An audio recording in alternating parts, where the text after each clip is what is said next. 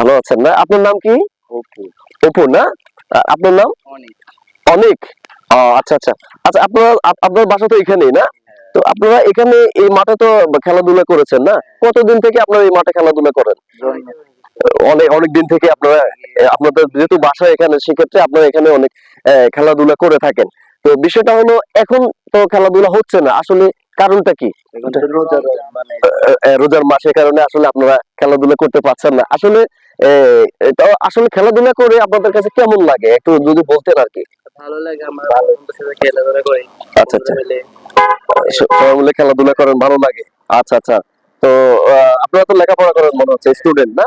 তো আপনাদের কাছে আসলে একটা জিনিস জানতে চাচ্ছি। তো যেহেতু রমজান এখন কিন্তু মানে মোটামুটি স্কুল কলেজ সবকিছু বন্ধ আছে।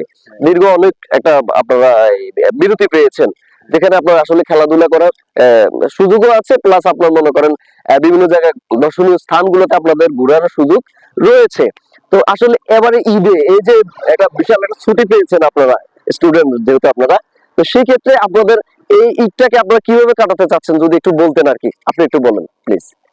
খেলাধুলা হতো, এখন তো আর খেলাধুলা হয় না। জি। বেড়াতে যাবো জি। ইয়ের ভিতরে।